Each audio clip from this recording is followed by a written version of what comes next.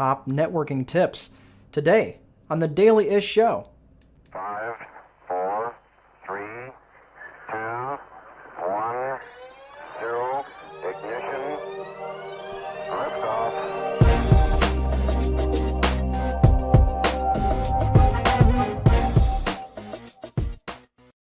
Hello, everyone. Welcome to the Daily Ish Show, a show not just for rental housing providers, but anybody in the business world and even the private sector that is looking to have more white space on their calendar and have more free time.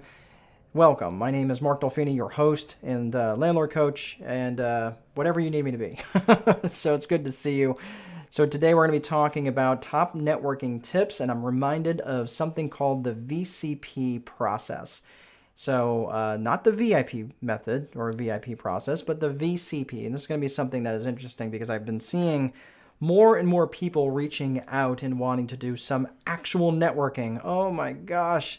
For someone like me that just dies and longs for some human interaction, the networking piece is something I have desperately missed. I mean, don't get me wrong. Zoom is cool. It just isn't the same as a handshake. Isn't the same as a Oh, good God. Isn't the same as a handshake, and certainly isn't the same as a hug. I think I was trying to say handshake and hug at the same time. Anyway, top networking tips. If you'd like to join the discussion at the Time Wealthy VIP Lounge, the group page, just go ahead and click on the link below and get signed up there. But if you're interested in some top networking tips, especially as you're getting back into the main world and getting back to the main screen, yes, mainstream, part of the day. Yes, I know, Richard Penn. What's a calendar? I know you don't know that. I know every day you rub it in our face because you're retired. But for some of us who haven't bought all of the cigars that we possibly want, right? That would be you. There's some of us people who still go out and do things and work in the world. Anyway, I hope you're doing well. I know you just got done with hip surgery. I hope you're doing well, my friend. But if you would like to join the discussion, you can go to the Time Wealthy VIP Lounge and join us there. So top networking tips, some of the things, and I'm going to be doing a networking thing down the road here in a little bit about some things not to do. But these are some things that absolutely you really should do if you are going to be networking. And I saw there's some people out there that this is one of the main reasons why I hate going on LinkedIn, because it's literally people. And I said this to another guy here recently about, I feel like LinkedIn has become, it's like getting off the plane in Vegas. As soon as you get off, you're like, you get off the plane, you walk outside, you're instantly accosted by people who want to sell you crap that you don't need. Not so much really at the airport anymore. They've actually kind of put a lockdown on that. But as soon as you're walking down the strip, there's people flicking cards at you, trying to get your attention and things like that. And, that's all it is. I did not log into LinkedIn to buy. It's interesting. I was reading it was rereading actually the Success Principles by Jack Canfield. Man, I can't talk today. And Ivan Meisner, who he actually gave me an endorsement for the Time Wealthy Investor, the original book, and then of course the subsequent 2.0 version. But he was the father of networking, father of modern networking, and he was the founder of BNI. I got to know him a little bit. Great man. He's opened the door to lots of different connections for me, and just really humble dude. Well, I was reading a section in that book that he wrote, or maybe gave some input on, and he reminded people about the VCP process, right? The VCP process, about when you first enter into a networking situation, you're just meeting somebody, you're just at visibility. Like Ivan and I, we're probably just at visibility. Like he knows who I am, I definitely know who he is. But we've not really entered credibility with one another yet. Like I feel like he's very credible, but we've not entered into credibility yet, in terms of that, because we haven't known each other well enough yet. I mean, there hasn't been enough time, to be honest with you. I haven't really nurtured that much, just because, Ivan was really so much further along in my network than what I needed and what I knew that I even wanted. I didn't want to waste his time with nonsense, right? So if I did go to him, Like one time I had asked him what was the best way to get in touch with a particular author, an author that I knew that he knew well. And he gave me some advice, and that was it. I mean, it was really, really good. He responded so fast back to his email. I thought it was a bounce back. I really did. I thought, man, did I not type it in right? But it was actually him responding back. Really super dude. But he and I are, I might be in credibility with him. But I don't know. I mean, he definitely sent me over to somebody that he values, right? He values that relationship. So definitely invisibility.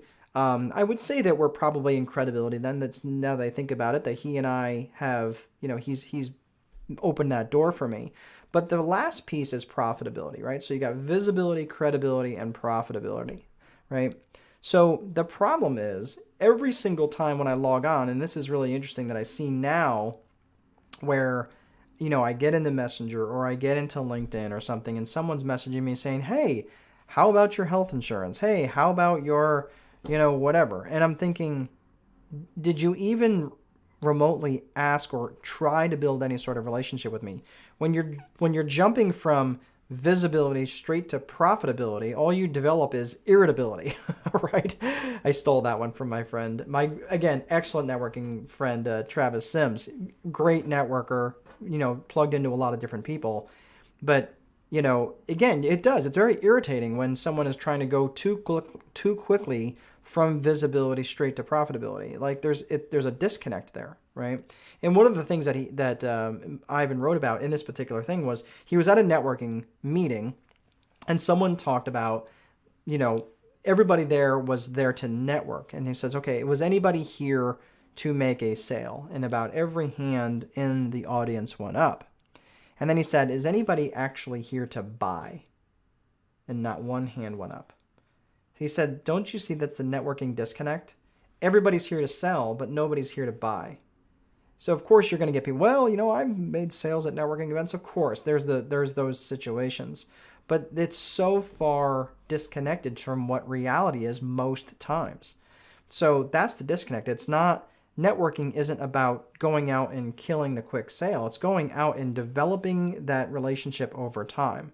So, and it takes a lot of effort, and it takes a lot of intention, and it takes a lot of organization to make sure that you reach out to people consistently over time, that they don't forget you.